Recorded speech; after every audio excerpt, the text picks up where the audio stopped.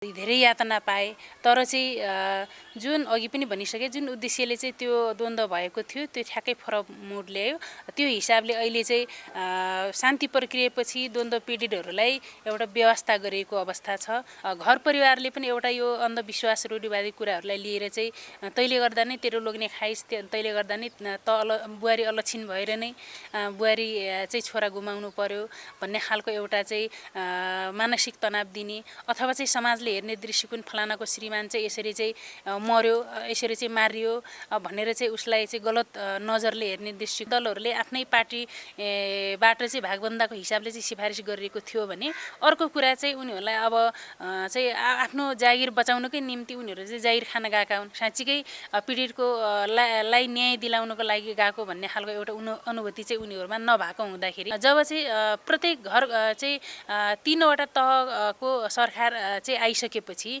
मलाई के लाग्थ्यो भने अब चाहिँ समग्र द्वन्द्व पीडितहरूले के सोचेका थिए भने अब सरकार चाहिँ घर आँगनमै आइसकेको छ पक्कै पनि द्वन्द्व पीडितहरूको लागि केही चाहिँ गर्छ है भन्ने खालको जो सोच थियो तर चाहिँ अझै पनि ठ्याक्कै केही त्यसको ठ्याक्कै उल्टो भइरहेछ किनभने अहिले त चाहेको भए स्थानीय सरकारले अब प्रत्येक गाउँपालिकामा प्रत्येक वडापालिकामा द्वन्द्व पीडितहरूको नामावली यो व्यवस्था परिवर्तनको कुरा थियो संविधानमा उल्लेख गर्नुपर्ने कुराहरू भनेर जुन राजनीतिक रूपमा उठाइएको थियो संघीयता गणतन्त्र त्यसपछि धर्मनिरपेक्षता लगायतको कुराहरू चाहिँ यो संविधान सभाबाट संविधान र यो चाहिँ सङ्घ प्रदेश स्थानीय तहको अवधारणाबाट राज्य व्यवस्थालाई चाहिँ हामीले पुनर्परिभाषित गर्नुपर्छ भन्ने थियो यो पनि भयो तर मूलतः अर्को काम भनेको शान्ति प्रक्रियाको महत्त्वपूर्ण काम भनेको सत्य निरूपण तथा मेलमिलाप आयोगको माध्यमबाट सङ्क्रमणकालीन न्यायलाई चाहिँ निरूपण गर्नुपर्थ्यो व्यवस्थापन गर्नुपर्थ्यो त्यो काम चाहिँ अहिले हुन सकेको छैन यसको पाटो हो यो सत्य निरूपण तथा मेलमिलाप आयोग र बेपत्ता आयोग चाहिँ जेन गठन भयो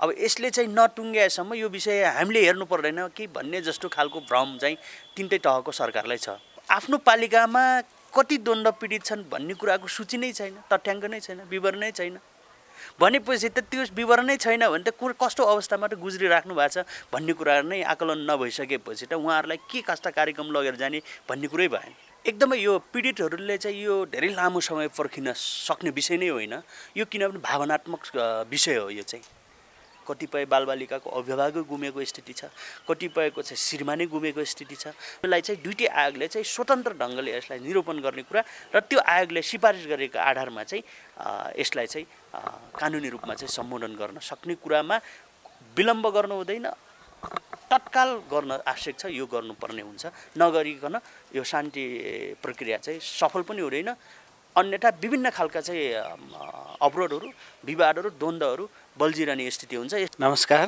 म काशीराम डाँगी आज म अधिकारकर्मी तथा महिला आन्दोलनकी अगुवा एकजना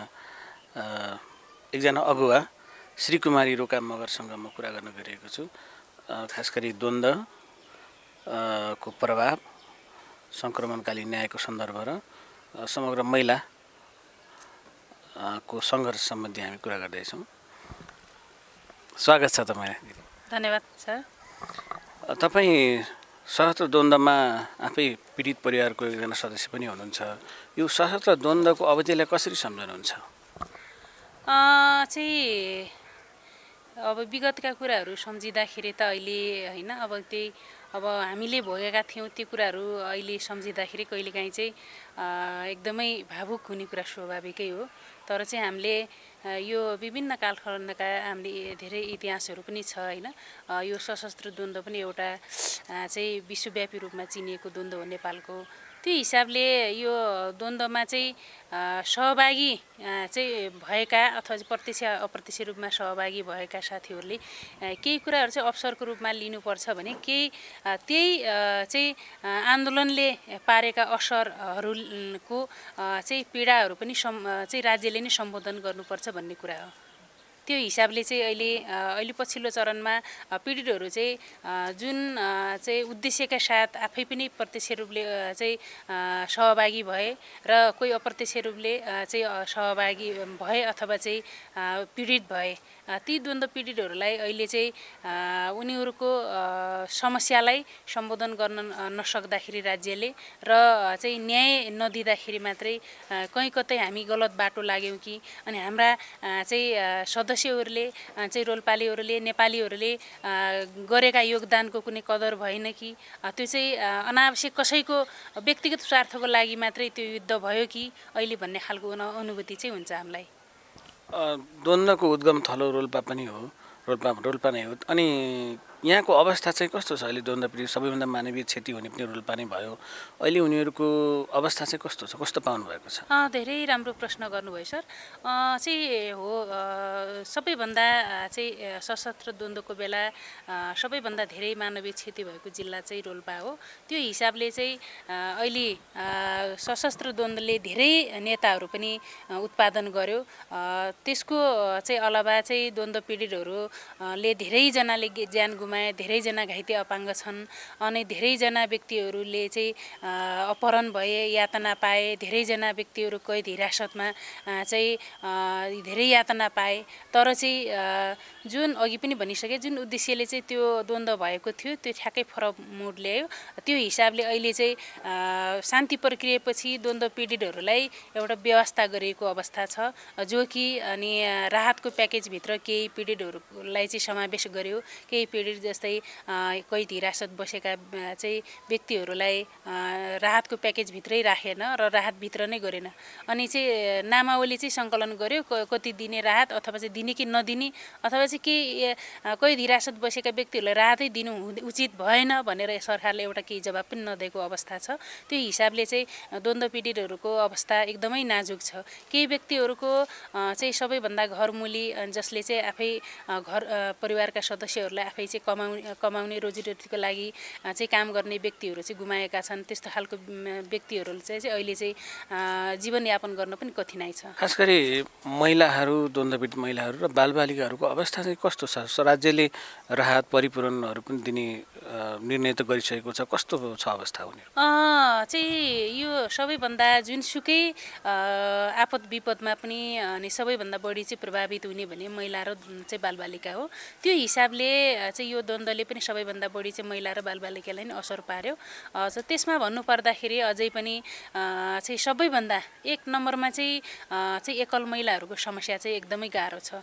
त्यो बेला चाहिँ के भइदियो भने द्वन्द्व पीडितहरू अथवा चाहिँ मध्येका पनि मृतकका परिवार र बेपत्ता पारिएका व्यक्तिहरूको परिवार भनौँ अथवा चाहिँ श्रीमतीहरूलाई सबैभन्दा ठुलो समस्या चाहिँ के थियो भने घर परिवारले पनि एउटा यो अन्धविश्वास रूढिवादी कुराहरूलाई लिएर चाहिँ तैँले गर्दा नै तेरो लोग्ने खाइस्, तैँले गर्दा नै बुहारी अलक्षिण भएर नै बुहारी चाहिँ छोरा गुमाउनु पर्यो भन्ने खालको एउटा चाहिँ मानसिक तनाव दिने, अथवा चाहिँ समाजले हेर्ने दृष्टिकोण फलानाको श्रीमान चाहिँ यसरी चाहिँ मर्यो, यसरी चाहिँ मारियो भनेर चाहिँ उसलाई चाहिँ गलत नजरले हेर्ने दृष्टिकोण र अर्कोतिर चाहिँ आफ्नो चाहिँ बालबालिकाहरूलाई पठन पाठनको लागि चाहिँ आफूले सबै कुराहरू चाहिँ जो गर्नुपर्ने चाहिँ कठिनाइ भएको हुनाले चाहिँ एकल महिलाहरूलाई सबैभन्दा चाहिँ एकल महिलाहरूलाई धेरै पीडा छ। किनभने अब अघि मैले भनिसकेँ विभिन्न खालका त्यहाँ हाम्रा सामाजिक अथवा चाहिँ आर्थिकदेखि लिएर सबै कुराको भार चाहिँ एकल महिलाहरूले नै बेहोर्नु पर्ने भएको हुनाले सबैभन्दा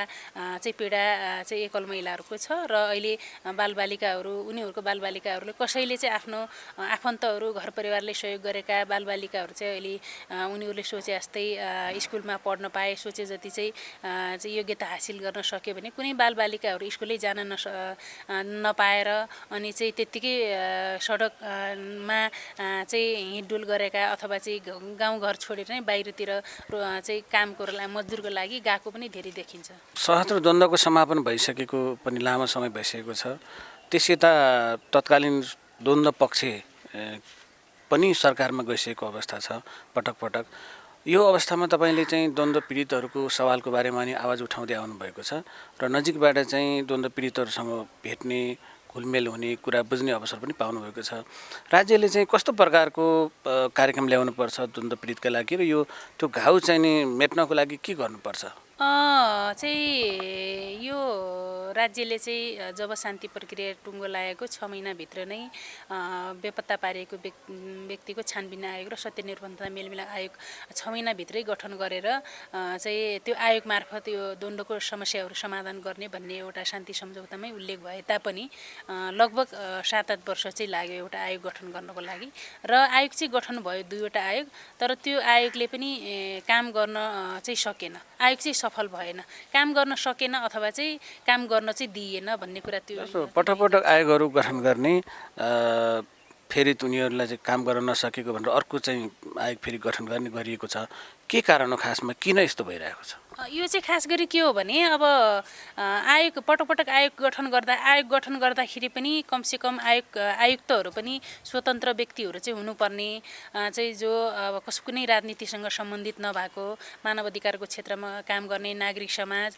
अनि चाहिँ त्यस्तो खालको स्वतन्त्र व्यक्तिहरू अलि विशेषज्ञ व्यक्तिहरूलाई चाहिँ राख्नु पर्थ्यो त्यहाँ चाहिँ भइदियो के हो भने राजनीतिक दलहरूले भागबन्दामा पारेर चाहिँ त्यो आयुक्तहरू पनि नियुक्ति गर्ने काम भयो त्यो हिसाबले चाहिँ उनीहरूले आफ्नै चाहिँ उसले चाहिँ दिमागले उनीहरूको आफ्नै सोचले चाहिँ काम गर्न पाएनन् उनीहरूलाई काम गर्न दिएन किनभने उनीहरूलाई काम दियो भने त अब नीति नियम अनुसार चाहिँ त्यो बेलाका गम्भीर मानव अधिकार उल्लङ्घन घटनामा संलग्न भएका व्यक्तिहरूलाई त कम्तीमा पनि थोरै भए पनि कानुनको उसमा चाहिँ भागीदार बनाउनुपर्छ सजायको भागीदार बनाउनुपर्छ भन्ने खालको ऊ चाहिँ उल्लेख भइसकेपछि अब उनीहरूलाई चाहिँ एउटा कुरा चाहिँ राजनीतिक दलहरूले आफ्नै पार्टीबाट चाहिँ भागबन्दाको हिसाबले चाहिँ सिफारिस गरिएको थियो भने अर्को कुरा चाहिँ उनीहरूलाई अब चाहिँ आफ्नो जागिर बचाउनकै निम्ति उनीहरू चाहिँ जागिर खान गएका हुन् साँच्चीकै पीडितको लाई न्याय दिलाउनको लागि गएको भन्ने खालको एउटा अनुभूति चाहिँ उनीहरूमा नभएको हुँदाखेरि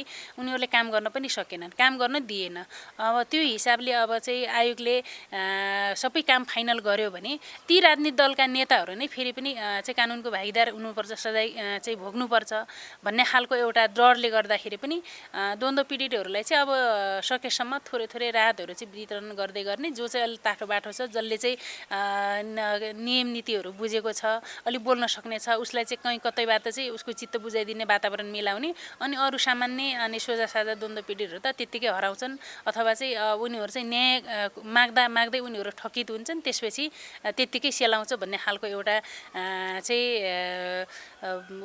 बुझाइले गर्दाखेरि चाहिँ उसलाई आयोगहरूलाई पनि काम गर्न दिएको अवस्था छैन र आयोगले काम गर्न नसक्नु र आयोग विघटन हुने चाहिँ त्यसरी नै हो अब यसमा राजनीतिक दलहरूको भूमिका कस्तो हुनुपर्छ नेताहरूलाई भन्दाखेरि के सुझाव दिनुहुन्छ तपाईँ राजनीतिक दलका नेताहरूले चाहिँ खास गरी के गर्नु पर्थ्यो भने यो कानुनी राज्यमा भएको देशमा कानुनको पालना हुनुपर्छ कम्तीमा पनि जे जस्तो भए पनि त्यो बेलाको तत्कालीन सरकारमा भएका चाहिँ नेताहरू अथवा चाहिँ विद्रोह गर्ने तत्कालीन विद्रोही पक्षहरूले पनि के गर्नु पर्थ्यो भने शान्ति प्रक्रियामा आइसकेपछि शान्ति चाहिँ सम्झौतामा उल्लेख भएका कुराहरूलाई चाहिँ अक्षर पालना गर्नुपर्छ बरु चाहिँ त्यही द्वन्द्वकै बेला चाहिँ कमी कमजोरी हामीबाट अथवा मबाट केही भएको छ भने पनि अनि चाहिँ सजायको भागीदार म आफै हुन तयार छु अनि चाहिँ अथवा जनताहरूको माझमा जुन चाहिँ द्वन्द्व पीडितहरूको माझमा गएर म आफै क्षमा माग्न तयार छु भन्ने खालको चाहिँ मानसिकता भएको भए पक्कै पनि द्वन्द्व पीडितहरूले न्याय पाउँथ्यो होला द्वन्द्व पीडितहरूको समस्यालाई सम्बोधन गर्न सक्थ्यो होला अर्को कुरा चाहिँ यो द्वन्द्वबाट बढी प्रभावित भएको रोल्पाको विकासको सन्दर्भको कुरा गर्दाखेरि चाहिँ कस्तो छ द्वन्द्व पीडितहरूलाई सम्बोधन गर्ने खालको विकास भएको पाउनुहुन्छ कि के छ अवस्था जस्तै यो विकास चाहिँ अब विगतका भन्दा अहिले हुँदै भएको छैन भन्ने कुरा चाहिँ होइन अब यो समय परिस्थिति अनुसार अब यो बेला चाहिँ यतिको विकास हुनु स्वाभाविकै हो र केही विकासहरू चाहिँ भएको पनि छ हामीले अब भएकै छैन अहिलेका नेताहरूले केही पनि गरेनन् भन्ने चाहिँ ऊ चाहिँ छैन तर चाहिँ जे हामीले चाहिँ कल्पना गरेका थियौँ रोल्पालीहरूले चाहिँ जे सपना बोकेर चाहिँ युद्धमा सामेल भएका थिए प्रत्यक्ष अप्रत्यक्ष होइन हामी जुनसुकै ठाउँमा भए पनि अनि तर चाहिँ त्यसको ठ्याक्कै विपरीत भएको हुनाले अलिकति चाहिँ रोल्पाले जति चाहिँ योगदान दियो जति रगतबाट चाहिँ बगायो त्यो अनुसारको चाहिँ विकास हुन सकेको छैन र अर्को चाहिँ द्वन्द्व पीडितहरूलाई पनि कमसेकम अहिले 3 तहको सरकार छ होइन अब पहिला चाहिँ केन्द्रीय सरकारले एकैचोटि राहतको प्याकेजभित्र राखेर अनि यहाँका द्वन्द्व पीडितहरूको घाइते अपाङ्गहरूको प्रतिशतको निर्धारण गर्ने चाहिँ देशैभरिको त्यो बेलाको 75 वटा जिल्लाको चाहिँ द्वन्द्व पीडितहरूको प्रतिशत चाहिँ काठमाडौँ बसेर चाहिँ 2-4 योजना राजनीतिक दलका नेताहरू बसेर चाहिँ प्रतिशत निर्धारण गरेर चाहिँ राहत वितरण गर्ने काम पनि भयो। तर चाहिँ अहिले त्यो गर्दाखेरि सबै द्वन्द्व पीडितहरूको समस्या चाहिँ अब सोचे जस्तो चाहिँ हुन नसक्ला, किनभने देशैभरिको अब काठमाडौँमा बसेर चाहिँ बनाएको कार्ययोजनाले रोल्पामा मेल नखान सक्छ, अथवा चाहिँ पश्चिममा मेल नखान सक्छ, पूर्वमा मेल नखान सक्छ। त्यो हिसाबले पनि केही कमी कमजोरीहरू भयो होला भन्ने सोचेका थियौँ। तर चाहिँ अहिले जब चाहिँ प्रत्येक घर चाहिँ 3वटा तहको सरकार चाहिँ आइसकेपछि मलाई के लाग्थ्यो भने अब चाहिँ समग्र द्वन्द्व पीडितहरूले के सोचेका थिए भने अब सरकार चाहिँ घर आँगनमै आइसकेको छ, पक्कै पनि द्वन्द्व पीडितहरूको लागि केही चाहिँ गर्छ है भन्ने खालको जो सोच थियो। तर चाहिँ अझै पनि ठ्याक्कै केही त्यसको ठ्याक्कै उल्टो भइरहेछ, किनभने अहिले त चाहेको भए स्थानीय सरकारले अब प्रत्येक गाउँपालिकामा प्रत्येक वडापालिकामा द्वन्द्व पीडितहरूको नामावली सङ्कलन गरेर अनि कुन द्वन्द्व पीडित चाहिँ कस्तो खालको प्रकृतिको हो त्यो प्रकृति अनुसार चाहिँ छुट्याएर कुन द्वन्द्व पीडितलाई चाहिँ कस्तो खालको चाहिँ राहत अथवा चाहिँ परिपूरण दिनुपर्ने हो उनीहरूलाई सोधेर उसको घर परिवारको बुझेर कसैको बालबालिकाहरूलाई चाहिँ बच्चाहरूलाई चाहिँ उच्च शिक्षाको लागि निःशुल्क गर्नुपर्ने होला, कसैको चाहिँ बस्नको लागि आवासै छैन होला त्यस्तो खालको लागि आवास बनाउनु पर्ने होला, कसैलाई कुनै द्वन्द्व पीडितहरू चाहिँ अब हुने खाने पनि हुन सक्छन्। त्यस्तो खालको द्वन्द्व पीडितहरूलाई कमसेकम आफूलाई आफ्नो सन्तुष्टि लिनको लागि कुनै ठाउँमा शान्ति पार्कहरू अथवा चाहिँ कुनै चाहिँ बाटोहरू चाहिँ ती द्वन्द्व के अरे मृतक बेपत्ता व्यक्तिहरू अथवा द्वन्द्व पीडितहरूको नामबाट चाहिँ त्यो बाटोहरू चाहिँ नामाकरण गरेर चाहिँ बनाएको भए चाहिँ पक्कै पनि द्वन्द्व पीडितहरूको समस्यालाई समाधान गर्न सकिन्थ्यो होला। तर चाहिँ अहिले के भइदियो भने पछिल्लो चरणमा स्थानीय सरकारहरूले पनि चाहिँ गरेको काम हेर्दाखेरि अब द्वन्द्व पीडितहरूलाई चाहिँ केही कार्यक्रमहरू चाहिँ योजनाहरू बनाएको देखिन्छ। अब अरू पालिकाहरूमा खासै गराएको खासै देखिया छैन। रोल्पा नगरपालिका चाहिँ यति नजिकै हामी बस्ने भए हुनाले केही अब त्यो बेला चाहिँ के भनेको छ भने शहीद परिवारलाई भनेर मात्रै भनेको छ। शहीद परिवार भने त अब चाहिँ मृतक परिवारहरू मात्रै होला नि, तर चाहिँ जो अब मेन चाहिँ शहीद परिवार अब मृत्यु भएको पीडितहरूलाई नै मान्नुपर्छ। तर पनि कोही त विस्थापितहरू पनि त द्वन्द्व पीडित हो नि, कमसेकम द्वन्द्व पीडितहरूको लागि छुट्टै प्याकेज ल्याइएको छ है। त्यो भित्र यतिजना चाहिँ मृतक परिवारहरूले यो सुविधा पाउने चाहिँ यतिजनाको चाहिँ विस्थापितहरूले चाहिँ सुविधा पाउने, यतिजना घाइते अपाङ्गका बालबालिकाहरूले अथवा चाहिँ घाइते अपाङ्गहरूको घर परिवारका सदस्यहरूलाई सिपमुलुक तालिम दिने भन्ने खालको योजनाहरू चाहिँ बनाएको भए पक्कै पनि चाहिँ फलदायी हुन्थ्यो होला भन्ने कुरा चाहिँ लाग्छ। द्वन्द्व पीडितलाई का समस्याहरू सम्बोधन गर्ने सवालमा चाहिँ शान्ति प्रक्रिया पछाडि तत्कालीन द्वन्द्वरत पक्षी नेकपा माओवादीका अध्यक्ष पनि प्रधानमन्त्री पनि हुनुभयो, त्यस लगत्तै फेरि दोहोरिएर पनि हुनुभयो। र अर्को पक्ष चाहिँ त्यति बेला सरकारमा रहेकाहरू तत्कालीन एमाले र तत्कालीन काङ्ग्रेसको तर्फबाट पनि नेतृत्व गर्ने नेताहरू प्रधानमन्त्री पनि हुनुभयो। तर अब अर्को कुरा चाहिँ रोल्पाबाट प्रतिनिधित्व गर्ने नेताहरूको सङ्ख्या पनि थुप्रै छ। यति हुँदाहुँदै किन समस्या सम्बोधन गर्नलाई ढिलाइ भएको होला, अथवा द्वन्द्व पीडितको भावना बुझ्न किन ढिलाइ भएको होला? उहाँहरूलाई चाहिँ भरम के छ भने अब जुन बेला अब द्वन्द्वको बेला चाहिँ जनताहरूको आवश्यकता परेको थियो, अब चाहिँ जनताहरूलाई जसरी भए पनि प्रयोग गरियो, चाहिँ आफू चाहिँ सफल भइयो। त्यसपछि अब चाहिँ हामी यो ठाउँ आइसकेपछि उनीहरूलाई जसरी भए पनि उनीहरूको पीडा के छ, उनीहरूको पीडामा चाहिँ मलम लाउनुपर्छ भन्नु चाहिँ छैन। अब को चाहिँ बढी बोलिरहेछ, अलिकति बोल्न सक्ने छ उसलाई चाहिँ मुख ताल दिने चाहिँ कसरी हुन्छ भन्ने खालको एउटा त्यो पनि भयो। र अन्य चाहिँ अघि तपाईँले भन्नुभयो त्यो बेला तत्कालीन चाहिँ सरकारमा बस्ने एमाले काङ्ग्रेसका नेताहरू पनि धेरै हुनुहुन्छ।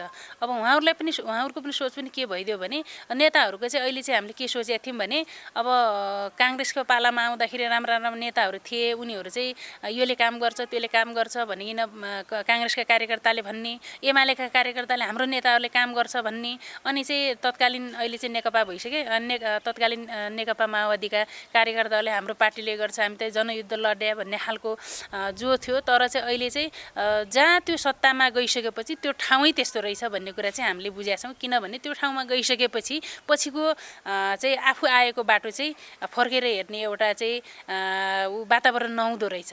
त्यो हिसाबले चाहिँ हामी कसरी यहाँ आयो, हामीले गर्दाखेरि हामी यहाँ आउँदाखेरि कति चाहिँ व्यक्तिहरू चाहिँ प्रभावित भए, कति ठाउँहरू चाहिँ प्रभावित भयो, कुन बस्ती चाहिँ प्रभावित भयो, अनि त्यसलाई चाहिँ कसरी तिनीहरूको चाहिँ समस्या कसरी सम्बोधन गर्ने भन्ने खालको त्यो बुझाइ चाहिँ हुँदो रहेन चाहिँ त्यो ठाउँमा जाँदाखेरि। त्यो हिसाबले नै गर्दाखेरि अहिलेसम्म द्वन्द्व पीडितहरूको लागि चाहिँ राहत दिइसक्यो द्वन्द्व पीडितहरू। अब चाहिँ राहत पाइसकेपछि अब चाहिँ पटक पटक हामी द्वन्द्व पीडित है भन्नु पनि औचित्य छैन भन्ने खालको सोच छ उहाँहरूको चाहिँ। जस्तो अघि यहाँले प्रसङ्ग उठाउनुभयो, स्थानीय तहले पनि द्वन्द्व पीडितहरूका पक्षमा कार्यक्रम बनाउन सक्छन्, नीति ल्याउन सक्छन्, योजना ल्याउन सक्छन् भनेर। खासमा रोल्पा जस्तो ठाउँमा चाहिँ कस्तो प्रकारका योजनाहरू ल्याउनु जरुरी छ स्थानीय तहले? रोल्पा जिल्लामा चाहिँ 10वटा पालिकामा चाहिँ के गर्नु पर्थ्यो भने सुरुमा द्वन्द्व पीडितहरूको नामावली सङ्कलन गर्नु पर्थ्यो। त्यसपछि अघि पनि भने मैले द्वन्द्व पीडितहरूको प्रकार चाहिँ छुट्याउनु पर्थ्यो, कुन कस्तो खालको प्रकृतिको द्वन्द्व पीडित हो त्यो चाहिँ छुट्याउनु पर्थ्यो। त्यसपछि तिनीहरूको चाहिँ घरको अवस्था कस्तो छ त्यो हेर्नु पर्थ्यो सुरुमा। अनि त्यस चाहिँ घरमा अवस्था कस्तो छ त्यो हेर्ने। अनि त्यसपछि त्यो हेरिसकेपछि चाहिँ उनीहरूले द्वन्द्व पीडितहरूले ती सरकारले चाहिँ के गरिदियो भने आत्मसन्तुष्टि लिन सक्छन्। त्यो कुराहरू चाहिँ पहिचान गर्नु पर्यो। त्यो गरिसकेपछि बल्ल चाहिँ उनीहरूको आवश्यकता के छ, उनीहरूको चाहना के छ त्यो कुराहरू सबै बुझेर बल्ल चाहिँ राहतको प्याकेजहरू लिने अथवा चाहिँ कुनै तालिमहरू सिपमूलक तालिमहरू चाहिँ त्यस्तो गर्ने अथवा चाहिँ केही अघि भनिसकेँ मैले परिपूरणको लागि जे पनि हुनसक्छ उनीहरूको लागि चाहिँ शिक्षा पनि हुनसक्छ। अनि त्यसपछि रोजगार हुनसक्छ। त्यसपछि उनीहरूको आवश्यकता के छ जस्तै त्यो हिसाबले सबै त्यस्तो खालको उनीहरूको सोच आवश्यकता चाहिँ के छ त्यो पहिचान गरेर चाहिँ त्यो उनीहरूको समस्या समाधान गर्यो भने पक्कै पनि चाहिँ केही सन्तुष्टि अथवा चाहिँ आफूले गर्व गर्ने ठाउँ चाहिँ रहन्छ। कार्यक्रममा आइदिनु भयो, धेरै धेरै धन्यवाद। धन्यवाद सर, यहाँलाई पनि केही मनका कुराहरू राख्न दिनुभयो, धन्यवाद। अब म सशस्त्र द्वन्द्वबाट पीडित भएको रोल्पा जिल्लाको प्रसङ्ग, खास गरी द्वन्द्व पीडितहरूको सवालको लागि र अहिले के भइरहेको छ द्वन्द्व पीडितको बारेमा, सरकार राज्यले के गरिरहेको छ, उनीहरूको अवस्था कस्तो छ भन्ने बारेमा टिप्पणीका लागि म खेम बुढाज्यूलाई आग्रह गर्दछु। स्वागत छ। धन्यवाद। अहिले चाहिँ द्वन्द्व पीडितको अवस्था हेर्दाखेरि बुझ्दाखेरि चाहिँ उहाँहरू राज्यको सम्पर्कभन्दा टाढै रहेको बुझिन्छ। कस्तो पाउनु भएको छ सशस्त्र द्वन्द्वका पीडितहरू, खास गरी रोल्पा जिल्ला सबैभन्दा पीडित भएको जिल्लाका द्वन्द्व पीडितको अवस्था? अहिले ठ्याक्कै हेर्दाखेरि चाहिँ युद्ध सकियो। अब शान्ति प्रक्रिया पश्चात यो लामो समयसम्म चाहिँ लगभग तत्कालीन विद्रोही शक्ति र तत्कालीन सत्ताधारी शक्ति सबै चाहिँ एक भएर चाहिँ सत्तामा आलो पालो आरोहण गर्ने, सत्तामा पुग्ने खालको चाहिँ एउटा दाउपेच चाहिँ चलिरहेको छ। तर द्वन्द्वबाट प्रभावित भएकाहरूको अवस्था चाहिँ दयनीय छ र उहाँहरू चाहिँ लगभग सरकारबाट, सत्ताबाट र तत्कालीन चाहिँ विद्रोही शक्ति जो थिए तीबाट चाहिँ बेखबर जस्तो होइन, लगभग भेटघाटै नहुने अवस्था जस्तो भएको छ। त्यस्तो खालको अवस्थाबाट पीडितहरू अथवा द्वन्द्व प्रभावितहरू गुज्रिरहेको मैले देखिरहेको छु। द्वन्द्व पीडितसँग भेटघाट गर्ने र द्वन्द्व पीडितहरूलाई यस्तो कार्यक्रम ल्याउनुपर्छ भनेर गाउँमा तपाईँ सल्लाह सुझाव पनि दिनुहुन्छ र स्थानीय तहका जनप्रतिनिधिसँग भेट्ने क्रम पनि तपाईँ गर्नुभएको छ।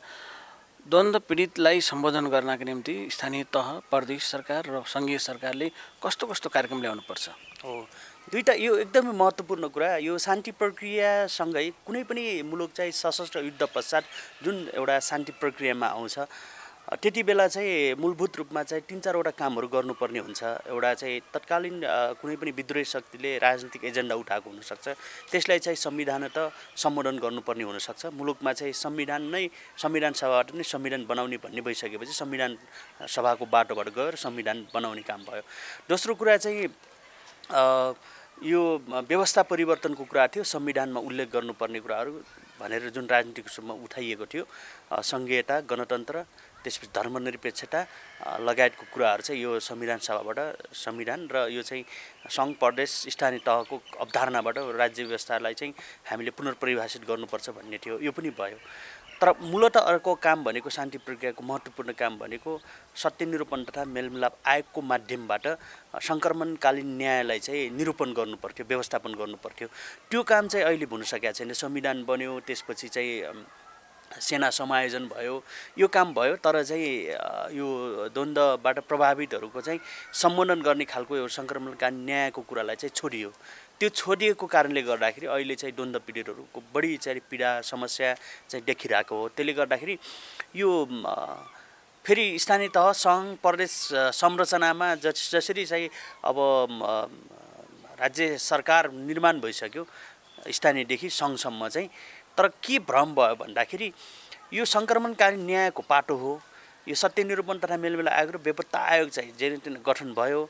अब यसले चाहिँ नटुङ्ग्याएसम्म यो विषय हामीले हेर्नु पर्दैन कि भन्ने जस्तो खालको भ्रम चाहिँ तिनटै तहको सरकारलाई छ।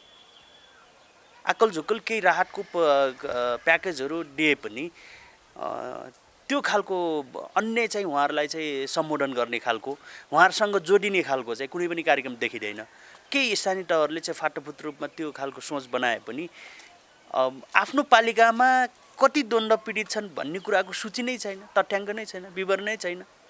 भनेपछि त त्यो विवरण नै छैन भने त कस्तो अवस्थामा त गुज्रिराख्नु भएको छ भन्ने कुरा नै आकलन नभइसकेपछि त उहाँहरूलाई के कस्ता कार्यक्रम लगेर जाने भन्ने कुरै भएन। त्यसले गर्दाखेरि तपाईँ चाहिँ केही चाहिँ ठाउँमा शहीद परिवारहरूलाई भनेर अलिकति चाहिँ वार्षिक रूपमा केही सम्मान गर्ने, त्यसपछि खाडा ओडाउने, त्यस्तो खालको चाहिँ केही फाटोफुट्टो चाहिँ अब केही पालिकाहरूले गरेर देखिन्छ, केही वडाहरूले गरेर देखिन्छ। तर समग्रमा चाहिँ रोल्पा जिल्लामा मात्रै होइन कि देशभरिमै वास्तविक रूपमा सत्य निरूपण तथा मेलमिलाप आयोगले आफ्नो ढङ्गले अनुसन्धान गरिरहेको छ।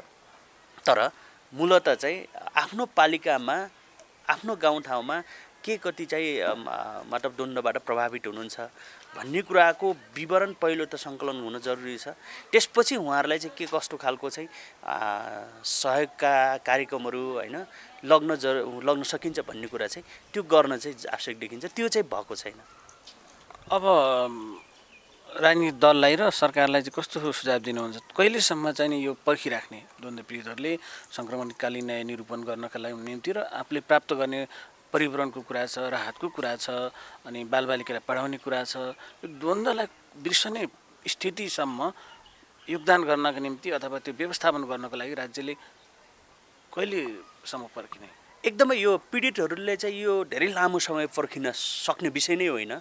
यो किनभने भावनात्मक विषय हो। यो चाहिँ यो विषयलाई भावनात्मक विषय जसको चाहिँ आफन्तको परिवार अभिभावक गुमाएका स्थिति छ होइन, कोही अङ्गभङ्ग भएको छ, कोहीले चाहिँ यातना पाएको छ होइन, कसैले चाहिँ ठुलो चाहिँ दुर्व्यवहार भोगेको छ होइन। अनि त्यो हिसाबले चाहिँ कहीँ न कहीँ त्यो त भावनासँग जोडिन्छ। त्यस कारण भावनात्मक चोट पुगेको कुरालाई चाहिँ यो चाहिँ लामो समयसम्म अल्झाइराख्ने विषय नै होइन मूलतः पहिलो कुरा। दोस्रो कुरा चाहिँ सङ्क्रमणकालीन न्यायको सम्पादन गर्ने सन्दर्भमा मूलभूत रूपमा चाहिँ दुई तिनवटा कुराहरू गर्नै पर्छ। पहिलो कुरा सत्यको निरूपण। यी दुवै आयोगले बेपत्ता आयोग, बेपत्ता पारिएका व्यक्तिको छानबिन आयोग र सत्य निरूपण तथा मेलमिलाप आयोगले मूलभूत रूपमा पहिलो कुरा चाहिँ सत्यको अन्वेषण गर्ने कुरा, सत्यको अनुसन्धान गर्ने कुरा। युद्धकालीन अवस्थामा अन्तर्राष्ट्रिय चाहिँ यो मानवीय कानुन विपरीतका कुराहरू र मानवाधिकारको सर्वव्यापी मान्यता विपरीत भएका हरकतहरूको बारेमा सत्यको अन्वेषण, को कति के हदसम्म कुन हदसम्म पीडित भयो भन्ने कुराको यकिन गर्ने कुरा पहिलो नम्बरमा। दोस्रो नम्बरमा अब त्यति कुरा गरिसकेपछि जो चाहिँ अन्तर्राष्ट्रिय मानवीय कानुनका विपरीत भएका हरकतहरू, चाहे राज्य पक्ष चाहे विद्रोही पक्षबाट र मानवाधिकारको दृष्टिकोणले चाहिँ जघन्य उल्लङ्घनका अपराधका घटनाहरू, यसको चाहिँ तत्तत ढङ्गले चाहिँ अनुसन्धान गरिसकेपछि त्यसका दोषीहरूलाई चाहिँ एउटा दण्डित गर्ने कुरा, दण्डहीनतालाई अन्त्य गर्ने कुरा पनि महत्त्वपूर्ण कुरा हो। र यो आयोगले चाहिँ फेरि अनुसन्धान गरिसकेपछि त्यो दण्डित गर्ने जो केही हटका घटनाहरू छन् भने त्यसको पनि चाहिँ सिफारिस गर्ने कुरा र त्यो सुनिश्चित गर्ने कुरा चाहिँ यो आयोगले गर्नुपर्छ। रह्यो कुरा चाहिँ पीडितको न्यायको पक्ष के हो त भन्दाखेरि पीडितको न्यायको पक्षको भनेको मूलतः चाहिँ सत्यको बोध गराउने कुरा, सत्य घटनाको चाहिँ सत्य तथ्य थाहा पाउने सुनिश्चितता गर्ने। दोस्रो कुरा चाहिँ त्यो घटनामा संलग्न दोषी दण्डित हुने कुराको सुनिश्चित गर्ने र तेस्रो परिपूरणको कुरा हुन्छ। परिपूरणभित्र थुप्रै कुराहरू छन्। जस्तै अहिले चाहिँ 16 डोलो रूपमा चाहिँ मृतक भनेर चाहिँ 10 लाखसम्म राहत दिने काम भयो। यद्यपि कतिपयले अझै पनि पाइरहेको स्थिति छैन। तर त्यो 16 डोलो भयो। मुख्य कुरा के हो भने परिपूरणभित्र चाहिँ मान्छेको विस्थापित भएको पुनर्स्थापित हुने कुरा, भौतिक रूपमा क्षति भएकाहरूको चाहिँ पुनर्निर्माणको कुरा, सँगसँगै चाहिँ अब दैनिक जीवनयापन सञ्चालन गर्न नसक्ने घाइते अपाङ्गहरूको चाहिँ उपचार गर्ने कुरा, तिनीहरूको अपरेसन गर्ने कुरा, होइन, तिनीहरूको स्वास्थ्य उपचार गर्ने कुरा, तिनीहरूको संरक्षण गर्ने कुरा र सँगसँगै चाहिँ अन्य चाहिँ जो पीडितहरू हुनुहुन्छ, होइन, उहाँहरूलाई चाहिँ सम्मानित हुने खालको एउटा आत्मबोध गर्ने, त्यस्तो खालको सम्मान बोध गर्ने खालका थुप्रै खालका चाहिँ उहाँहरूको चाहिँ अहिले चाहिँ आफ्नो कतिपय बालबालिकाको अभिभावकै गुमेको स्थिति छ, कतिपयको चाहिँ श्रीमानै गुमेको स्थिति छ। भनेपछि त घरको एउटा मूली मान्छे गुमाइसकेपछिको आर्थिक सङ्कटमा झेलिरहेको अथवा आर्थिक सङ्कटले चाहिँ समस्यामा डुबिरहेको स्थिति छ, पीडा भइरहेको स्थिति छ। भनेपछि उहाँहरूलाई चाहिँ दैनन्दिन मात्रै होइन, उहाँहरूलाई चाहिँ अवसरको सिर्जना गर्ने कुरा, उहाँहरूलाई चाहिँ व्यावसायिकमूलक चाहिँ कार्यक्रमहरू लग्ने, उहाँहरूलाई चाहिँ निःशुल्क चाहिँ शिक्षा दीक्षाको कुराहरू भयो। सँगसँगै उहाँहरूलाई चाहिँ त्यो कुन पीडितको आवश्यकता के हो भन्ने आधारबाट त्यो त सत्य निरूपण र बेपत्ता छानबिन आयोगले यो केलाउनुपर्छ। सूक्ष्म रूपमा केलाइसकेपछि त्यो 16 डोलो सबलाई चाहिँ एउटै राहत मतलब एउटै परिपूरणको प्याकेज होइन कि कसको आवश्यकता के हो। जस्तै अभिभावक गुमाएका बालबालिका छन्, अभिभावकत्व ग्रहण हुने खालको, राज्यले अभिभावकत्व लिने खालको परिपूरणको कुरा, शिक्षा दीक्षाको कुरा, उनीहरूलाई रोजगारीमा लग्ने कुरा र कतिपय चाहिँ आफ्नो अभिभावक गुमाएको छ, श्रीमान गुमाएको छ, ती महिलालाई चाहिँ व्यावसायिक सिपमूलक तालिमका कुराहरू, त्यसपछि केही रोजगारीका कुराहरू, होइन, यस्ता कुराहरू चाहिँ जोडेर चाहिँ परिपूरणको कुराहरू गर्न सक्यो भने मात्रै यो वास्तवमा मतलब यो सङ्क्रमण न्याय पूर्ण भएको मानिन्छ। र यो कुरा चाहिँ यथाशक्य चाँडो भन्दा चाँडो सङ्घ सरकारले चाहिँ विशेष त यसमा चाहिँ जोड दिनुपर्छ र मूलतः चाहिँ यसमा सत्ताधारी र सत्तापक्ष भन्ने हुँदैन। नेपालको सन्दर्भमा राष्ट्रिय राजनीतिमा आफ्नो उपस्थिति जनाउने जुनसुकै राजनीतिक दलको शीर्ष तहबाट यो चाहिँ सम्बोधन गर्ने, यसलाई चाहिँ दुईटै आयोगले चाहिँ स्वतन्त्र ढङ्गले यसलाई निरूपण गर्ने कुरा र त्यो आयोगले सिफारिस गरेको आधारमा चाहिँ यसलाई चाहिँ कानुनी रूपमा चाहिँ सम्बोधन गर्न सक्ने कुरामा विलम्ब गर्नु हुँदैन, तत्काल गर्न आवश्यक छ, यो गर्नुपर्ने हुन्छ। नगरिकन यो शान्ति प्रक्रिया चाहिँ सफल पनि हुँदैन, अन्यथा विभिन्न खालका चाहिँ अवरोधहरू, विवादहरू, द्वन्द्वहरू बल्झिरहने स्थिति हुन्छ। यसले चाहिँ फेरि अर्को द्वन्द्वलाई चाहिँ निम्त्याउन सक्छ। त्यसकारण पनि चाँडोभन्दा चाँडो यो कुरा चाहिँ अन्त्य गर्न आवश्यक देखिन्छ। जस्तो रोल्पामा द्वन्द्व भइसकेपछि मानवीय क्षति, भौतिक क्षति, द्वन्द्व पीडितको अवस्था सङ्ख्यात्मक रूपमा चाहिँ के कस्तो अवस्था छ? एकदमै रोल्पा सबैभन्दा देशभरिमा सशस्त्र युद्धक्रममा 17,000को ज्यान गयो र त्यसमध्ये चाहिँ सबैभन्दा बढी मानवीय क्षति भएको रोल्पा जिल्ला नै हो। देशको 75वटा तत्कालीन 75वटा जिल्लामा कतिपय जिल्लामा आंशिकमा केही युद्धको प्रभाव पर्यो र रोल्पा चाहिँ उद्गम स्थलै भएको हुनाले पनि यहाँ त 2052 साल फाल्गुन 1 गते भन्दा अगाडि नै 7 जनाको ज्यान गइसकेको थियो यहाँ रोल्पामा। भनेपछि मतलब द्वन्द्वकालीन अवस्था मतलब समय अवधिभरि त लाई हेर्दाखेरि चाहिँ अहिले हामीले यकिन यो त सत्य निरूपण तथा मेलमिलाप आयोग र बेपत्ता छानबिन आयोगले अझ यकिन गर्ने हो सत्यको अन्वेषण।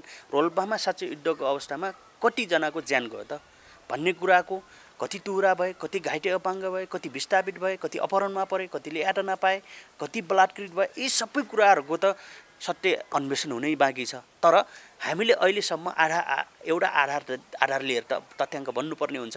त्यो भनेको तत्कालीन समयमा सरकारले द्वन्द्वबाट प्रभावित भएकाहरूले राहतको लागि चाहिँ निवेदन दिन भनेर आह्वान गरेको थियो र राहतको लागि चाहिँ उसले चाहिँ जुन आह्वान गरेको थियो त्यसको आधारमा चाहिँ हेर्ने हो भने मृतक बापतको मृतक भएको भनेर जुन राहत लिएको सूची हेर्ने हो भने 969 जनाले चाहिँ राहत पाएको स्थिति छ। भनेपछि त्यो त राज्यले कहीँ न कहीँ चाहिँ मृतक भन्ने कुराको त्यत्तिकै केही आधार प्रमाणको आधारमा चाहिँ त्यो राहत दिएको छ। भनेपछि 969 जना त रोल्पामा ज्यान गुमाएको देखिन्छ। भनेपछि त्यसमध्ये चाहिँ 323 जना चाहिँ एकल महिला हुनुहुन्छ जसले चाहिँ युद्धमा आफ्नो श्रीमानपट्टि गुमाउनु भयो। भनेको 87 जना चाहिँ बालबालिकाहरू टुहुरा हुनुहुन्छ। भनेपछि 3500को हाराहारीमा विस्थापित भएको देखिन्छ।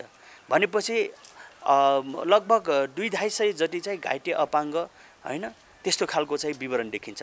भनेपछि करिब 4000 यहाँको चाहिँ के भन्छ व्यक्तिको घरहरू चाहिँ खरानी भयो, ध्वस्त भयो हैन। त्यो हिसाबले गर्दाखेरि त थुप्रै चाहिँ घाइते अपाङ्गहरू अहिले पनि हामीले देख्न सक्छौँ। युद्धमै सामेल भएका पूर्व लडाकुहरू अहिले पनि घाइते हुनुहुन्छ हैन। घाइते अवस्थामा मतलब शरीरमा छर्रा बोकेर हिँडिराख्नु भएको छ। नागरिक त्यस्तै छ भनेपछि हामीले चाहिँ हेऱ्यो भने रोल्पामा हेर्नुभयो भने यो युद्धबाट प्रभावित भएको भन्ने चाहिँ एकदमै कमै छ। नभएका त कमै होला नि जस्तो लाग्छ। किन भन्दा एउटा पिटाइ नखाएको हैन, अनि के भन्छ कुनै चाहिँ यातना नपाएको त कमै होला हैन। यो हिसाबले गर्दाखेरि अब गाउँमा थुप्रै शिक्षकहरू चाहिँ हैन यातना पाएको हैन, व्यापारीहरूले यातना पाएको हैन, अन्य चाहिँ सामान्य नागरिकले यातना पाएको हैन। त्यो हिसाबले गर्दाखेरि त यातना त्यो त तथ्याङ्कमै आएको छैन। त्यो हिसाबले गर्दाखेरि रोल्पा चाहिँ तथ्याङ्क हिसाबले पनि मैले अघि चर्चा गरेँ यो स्केलमा यो रेसियोमा चाहिँ प्रभावित भएको छ भनेपछि युद्धमा बढी चाहिँ पीडा चाहिँ रोल्पालीले भोगे भन्ने चाहिँ यो तथ्याङ्कले पनि देखाउँछ।